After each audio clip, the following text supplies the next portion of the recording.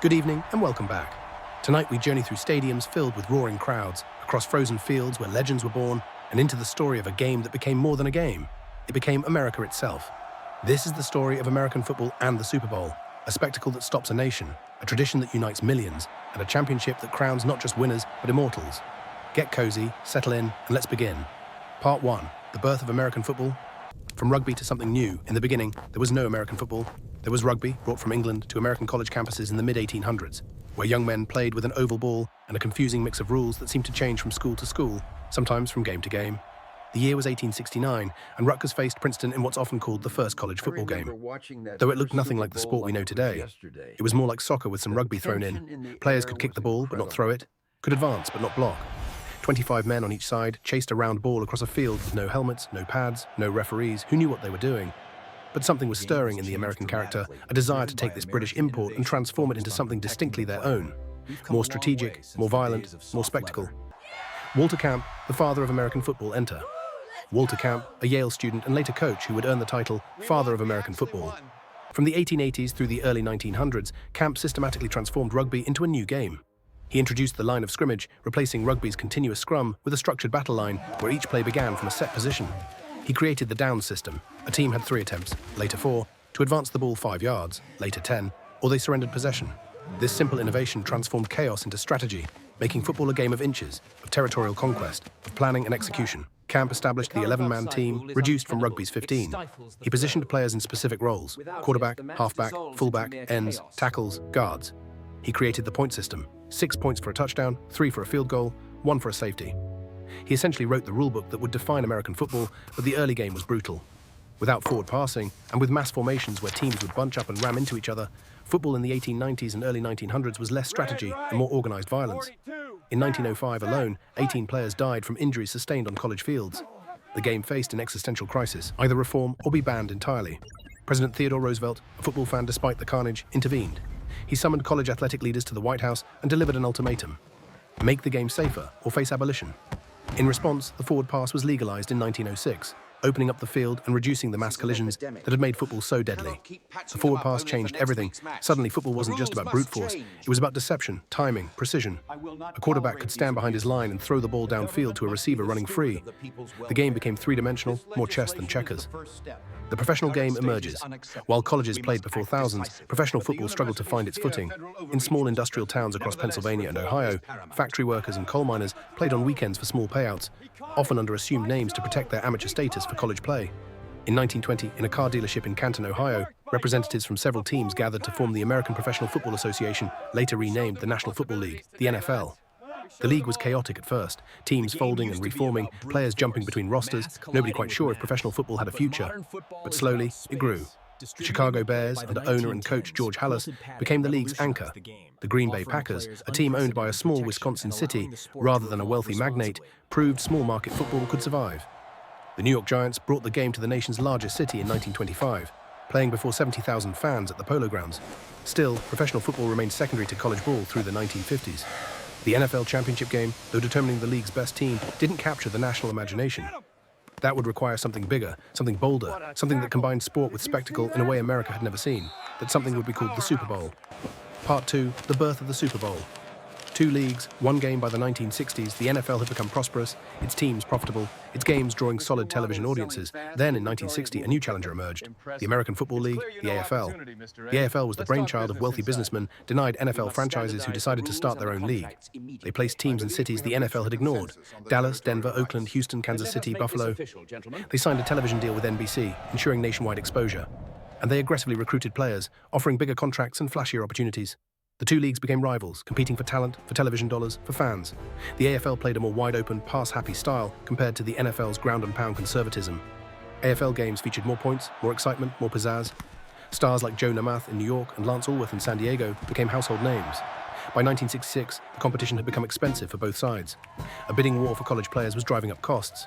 Both leagues realized merger made more economic sense than continued rivalry.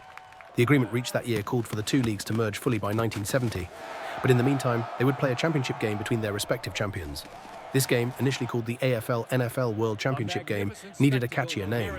Kansas City Chiefs owner Lamar Hunt, watching his daughter play with a Super Ball, a popular toy of the era, suggested Super Bowl. The name stuck, though officially it wasn't used until Super Bowl III. History has simply backfilled the name to the first two games. Super Bowl Y, a modest beginning. On January 15, 1967, the Green Bay Packers of the NFL faced the Kansas City Chiefs of the AFL at the Los Angeles Memorial Coliseum. It was not the spectacle we know today. The stadium was only two-thirds full, 93,000 seats with only 61,000 fans. Tickets went unsold. Two television networks broadcast the game simultaneously, CBS and NBC, because they each held rights to one league and couldn't agree on who would air the championship.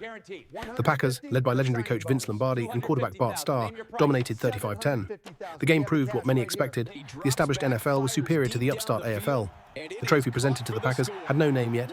Only later would it be christened the Vince Lombardi Trophy after the coach's death in 1970.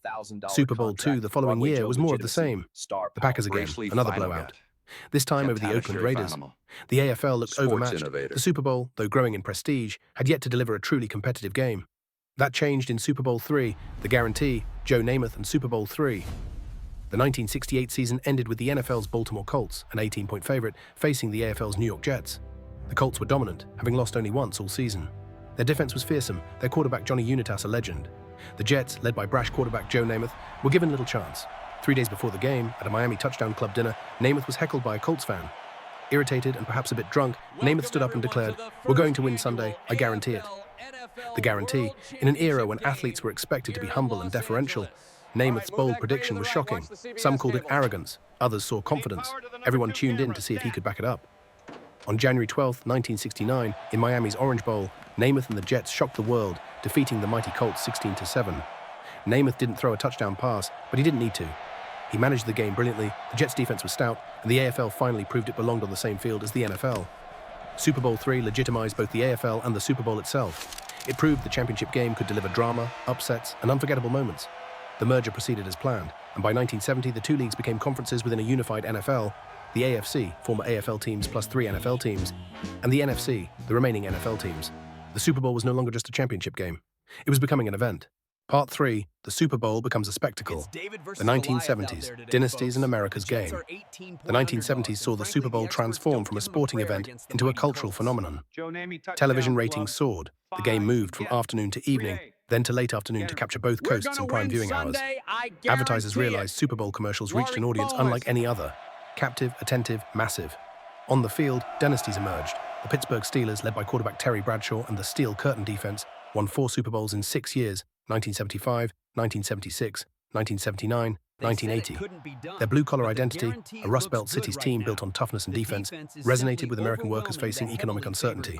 The Dallas Cowboys, with their iconic star logo and nickname America's Team, won twice in the 70s and became the NFL's glamour franchise. Their cheerleaders became as famous as their players. Their games drew record television audiences. They represented a different America, sleek, modern, confident. The Miami Dolphins achieved the only perfect season in NFL history in 1972, going 17-0, including Super Bowl VII. That record stands alone, a monument to excellence that every undefeated team chases and none have matched. The Super Bowl became an unofficial American holiday. Offices held pools, families planned parties, even non-fans watched for the commercials and halftime show. By the late 70s, Super Bowl Sunday had become the second largest food consumption day in America, behind only Thanksgiving, the 1980s, the 49ers dynasty, and Montana Magic. If the 1970s belonged to the Steelers, the 1980s belonged to the San Francisco 49ers and Joe Montana. Montana, who played quarterback with the calm precision of a surgeon, led the 49ers to 4 Super Bowl victories in the decade, 1982, 1985, 1989, 1990. Montana's performance in Super Bowl XXIII exemplifies why he's considered the greatest quarterback in Super Bowl history. Trailing 16-13, with 3:20 remaining and starting from their own 8-yard line, Montana led the 49ers 92 yards down the field, culminating in a touchdown pass to John Taylor with 34 seconds left. The drive, the calm, the clutch performance under ultimate pressure, it was Montana's signature. The 49ers, under coach Bill Walsh, revolutionized offensive football with the West Coast offense, short, timing-based passes that replaced the ground game. Football was becoming faster, more sophisticated, more about precision and strategy than power and punishment. The 1980s also saw the Super Bowl grow into a global event. International broadcasts reached dozens of countries. The halftime show evolved from marching bands to major entertainment productions. In 1987, Disney produced a halftime show with a cast of thousands. The game had become more than football. It was theater. The 1990s, parity and salary caps.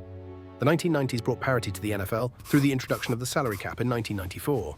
Teams could no longer simply buy championships. They had to build them through smart drafting, strategic free agency, and clever cap management. Early in the decade, the Dallas Cowboys reasserted dominance, winning 3 Super Bowls in 4 years, 1993, 1994, 1996, with their talented triplets, quarterback Troy Aikman, running back Emmitt Smith, and receiver Michael Irvin. But their dynasty was brief, broken up by the very salary cap designed to prevent such dominance. The decade also saw the rise of the Green Bay Packers under quarterback Brett Favre, winning Super Bowl X-Week counts and returning the Lombardi Trophy to the city where it was named.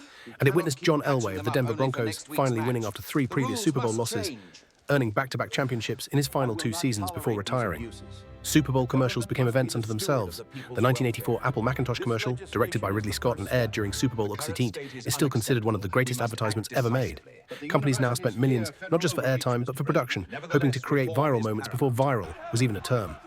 Part 4, the modern Super Bowl era. The 2000s, Brady, Belichick, and the Patriots dynasty. The 21st century opened with the emergence of the greatest dynasty in Super Bowl history, the New England Patriots, led by coach Bill Belichick and quarterback Tom Brady. Brady, a 6th-round draft pick in 2000, wasn't supposed to be great. He was slow, had an average arm, and looked unremarkable. But when starter Drew Bledsoe was injured in 2001, Brady got his chance. He never gave it back. That season ended with Super Bowl X6 Hag a 20-17 upset of the heavily favored St. Louis Rams. Brady, just 24 years old, led a last-minute drive to set up the winning field goal. It was the first of his 7 Super Bowl victories, 6 with New England, 1 with Tampa Bay, cementing his status as the greatest quarterback and perhaps greatest player in NFL history. The Patriots would win 6 Super Bowls between 2002 and 2019, appearing in 9 total. Their sustained excellence in an era designed to prevent dynasties, salary caps, competitive schedules, free agency, made their achievement even more remarkable.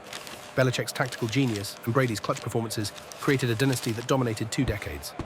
Super Bowl X3rd, the upset. But even Brady and Belichick couldn't avoid heartbreak. Super Bowl X3rd in 2008 featured the 18-0 Patriots, 1 win away from a perfect season, facing the New York Giants, a wildcard team given little chance. With 1:15 remaining and the Giants trailing 14-10, Giants quarterback Eli Manning faced a crucial 3rd down. Patriots defenders grabbed him, seemingly sacking him, but Manning escaped, heaved a pass downfield that receiver David Tyree somehow caught by pinning the ball against his helmet, the helmet catch, one of the most improbable plays in Super Bowl history. 4 plays later, Manning threw a touchdown pass to Plaxico Burress. The Giants won 17-14, denying the Patriots perfection and delivering one of the greatest upsets in American sports history. The halftime show evolution. The Super Bowl halftime show evolved from a novelty to a performance slot more coveted than the Grammy Awards. After Janet Jackson's wardrobe malfunction in Super Bowl XVIII created an FCC controversy, the NFL turned to established legacy acts. Paul McCartney, the Rolling Stones, Prince's 2007 performance in Pouring Rain, where he played Purple Rain during an actual storm, is considered the greatest halftime show ever. Beyoncé's 2013 performance reunited Destiny's Child. Lady Gaga descended from the stadium roof in 2017. The Weeknd spent $7 million of his own money in 2021 to enhance his performance. The halftime show became its own spectacle, watched by tens of millions who might not care about the game. It represented the Super Bowl's cultural reach beyond sports. It was entertainment, pure and simple. Recent years, commercialization and record Super Bowl commercials now cost over $7 million for 30 seconds, and companies create elaborate campaigns around their ads. Twitter lights up with commentary on commercials as much as gameplay. Brands tease their Super Bowl ads days in advance, trying to maximize the value of their massive investment.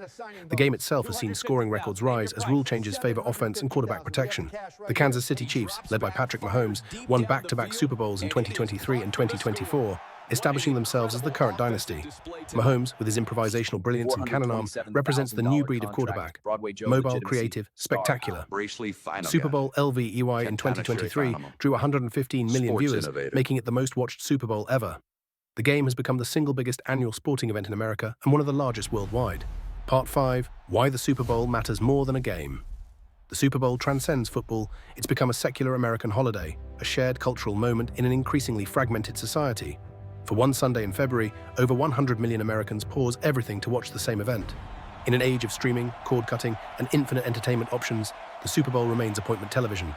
It represents American values: competition, excellence, the possibility that any team, given the right season, can reach the top. It's a meritocracy where only the best survive, where preparation meets opportunity, where legends are born and dynasties are built. The Super Bowl is also capitalism on display, corporate America's biggest advertising stage, a marketplace where brands compete as fiercely as the teams on the field. It's entertainment maximized, monetized, packaged, and sold to a willing audience. The economic impact Super Bowl Sunday generates approximately $15 to $17 billion in spending. Food, beverages, televisions, parties, travel. The host city sees an economic boost of $300–500 million. Hotels fill, restaurants overflow. The city becomes a week-long festival leading up to the game. Advertisers understand the Super Bowl delivers a captive, engaged audience unlike any other broadcast. People actually watch Super Bowl commercials, discuss them, share them. That's worth $7 million per 30 seconds. The personal connection. But beyond economics and ratings, the Super Bowl matters because it creates memories. Families gather, friends reunite, generations share the experience. A father remembers watching with his father, now watches with his children, someday will watch with grandchildren. The game connects us across time. We remember where we were for certain Super Bowls, the helmet catch, the Malcolm Butler interception, the 28-3 comeback, Montana to Taylor, Namath's guarantee. These moments become part of our personal history, markers of time, shared cultural references. The Super Bowl tells us who we were, who we are, and sometimes who we hope to become. It's a stage for greatness, a test of character, a spectacle that reminds us why we love sports. Not just for the game, but for the stories, the drama, the possibility that on any given Sunday, anything can happen. Why it endures American football is brutal and balletic, violent and strategic, individual and team-focused. It's a coach's chess match and a player's war. It's 19 weeks of season boiling down to one game, one championship, one team standing alone at the end. The Super Bowl endures because it delivers drama, excellence, spectacle. Super Bowl It's III capitalism hero, and community, legend-born commercials and walking into competition. history. It's quintessentially American, big, loud, excessive, earnest, and unapologetically itself. The game has evolved from its rugby roots, survived its violent early days, professionalized, merged, expanded, adapted. But at its core, it remains what it was in those first college games. A contest, a battle, a test of will and skill and heart. Every February, we gather to watch. Some of us understand every formation and rule, others just enjoy the commercials and halftime show. But we all participate in this shared ritual, this American tradition that's only 7 decades old, yet feels eternal. The players change, the dynasties rise and fall, the records are broken and reset. But the Super Bowl remains, an anchor in the calendar, a reason to gather, a game that became more than a game. It became an event, a spectacle, a celebration of sport and excess and the American way. And so it continues every year, that one Sunday in February when a nation stops, watches, cheers, and writes another chapter in the story of America's game. And now the story pauses. The stadium lights dim. The confetti has been